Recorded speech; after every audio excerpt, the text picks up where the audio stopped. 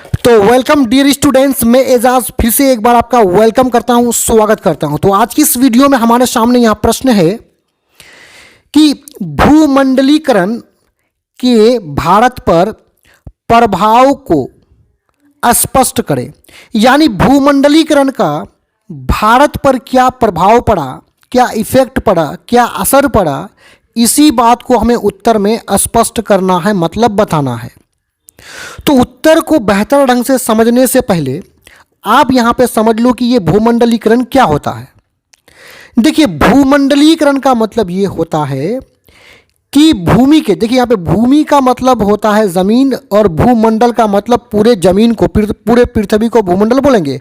और भू एकीकरण का मतलब एक करना, मतलब भूमंडलीकरण मतलब भूमि को एक करना। मतलब ये हुआ कि विश्व में जो विभिन्न देश हैं इसको आपस में जोड़ना ही क्या है, भूमंडलीकरण है। जोड़ने का मतलब क्या, जब एक देश दूसरे देश से व्यापार करने लगेगा, बिजनेस करने लगेगा, तो इसी को बोलते हैं ये करना। जब विश्व के विभिन्न देश आपस में व्यापार करके, बिजनेस करके एक साथ जुड़ जाते हैं तो जुड़ने की इसी प्रक्रिया को भूमंडलीकरण कहते हैं। अब भूमंडलीकरण से क्या हुआ कि दो देशों के बीच व्यापार शुरू हुआ, तालमेल स्थापित हुआ, और इसका भारत पर जो प्रभाव पड़ा, आइए इसको उत्तर में देख लेते हैं। देखिए यहां पे भूमंडलीकरण का भारत पर निम्नलिखित प्रभाव पड़ा। अब भूमंडलीकरण का भारत पर क्या प्रभाव पड़ा, असर पड़ा, आइए पॉइंट वाइज यहां पे देखते हैं। पहला प्रभाव क्या पड़ा, देखिए सेवा क्षेत्र का काफ़ी तेजी गति से विस्तार हुआ। विस्तार होना मतलब बढ़ना, फैलना। तो भूमंडलीकरण का पहला प्रभाव ये पड़ा कि भारत का जो सेवा क्षेत्र है ना, वो काफ़ी तेजी गति से बढ़ा, विस्तार हुआ। देखिए, सेवा क्षेत्र हम उस क्षेत्र को बोलेंगे जिसमें लोगों को रोजगार मिले, काम मिले। तो लोगों को जो काम मिलने का जो क्षेत्र है ना वो बढ़ा, यानी अधिक से अधिक लोगों को रोजगार मिला। और ये किसके प्रभाव से, भूमंडलीकरण के प्रभाव से। देखिए, भूमंडलीकरण से भारत का जो है कनेक्ट विश्व के अन्य देशों से भी हुआ, अमेरिका से हुआ, जापान से हुआ, रूस से हुआ।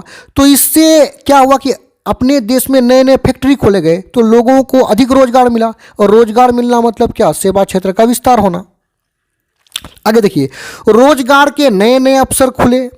यानी हमारे देश में भूमंडलीकरण के बाद विश्व के विभिन्न देश यहाँ पे आए और यहाँ व्यापार करना शुरू किया, नए नए फैक्ट्री खोलना शुरू किया।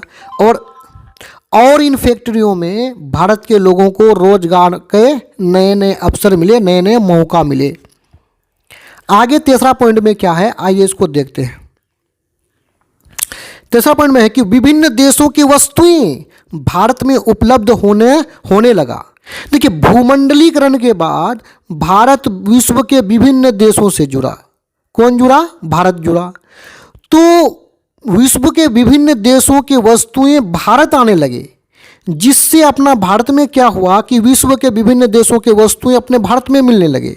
ऐसा इसलिए क्योंकि विदेश से हम लोगों के देश में जो है वस्तुएं आने लगे। आगे देखिए, भारत की वस्तुएं एवं भारत की वस्तुएं विभिन्न देशों में भी उपलब्ध हैं।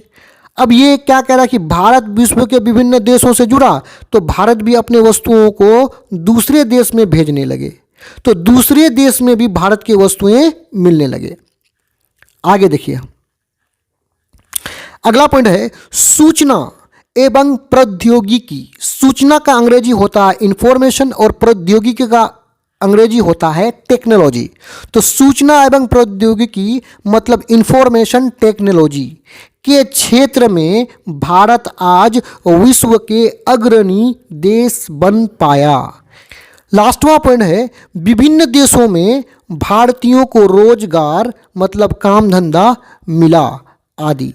यानी देखिए, भारत जब विश्व के अन्य देशों से जुड़ा तो भारत के लोग इन देशों में जाकर के काम करने लगे, रोजगार करने लगे, जिससे भारतीयों को अन्य विभिन्न देशों में जैसे अमेरिका, जापान, यूएसए, इस सब में नौकरी मिलने लगा भारत के लोगों को।